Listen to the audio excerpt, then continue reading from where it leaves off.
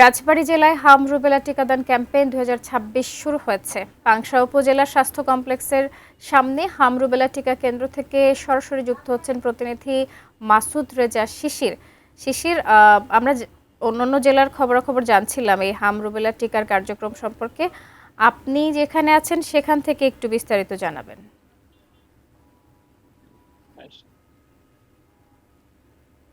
দেশেই কিন্তু আসলে রুবেলা টিকাদান কর্মসূচি, সেই কর্মসূচি কিন্তু চলছে।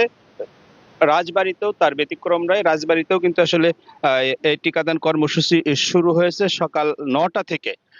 রাজবাড়ী জেলায় এটি 1100 টিকাদান কেন্দ্রে আজকে কিন্তু এই একযোগে এই টিকাদান শুরু হচ্ছে। আমরা রাজবাড়ী সিভিল সকাল 9টা থেকে 1100 কেন্দ্রে একযোগে কিন্তু আসলে এই আহ, টিকাদান কর্মসূচি চলছে।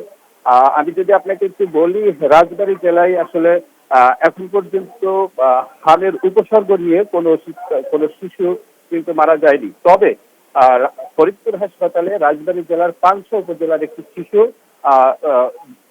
4-5 দিন আগে উপসর্গ নিয়ে কিন্তু মারা গেছে, এমন তথ্য কিন্তু আসলে আমরা পেয়েছিলাম।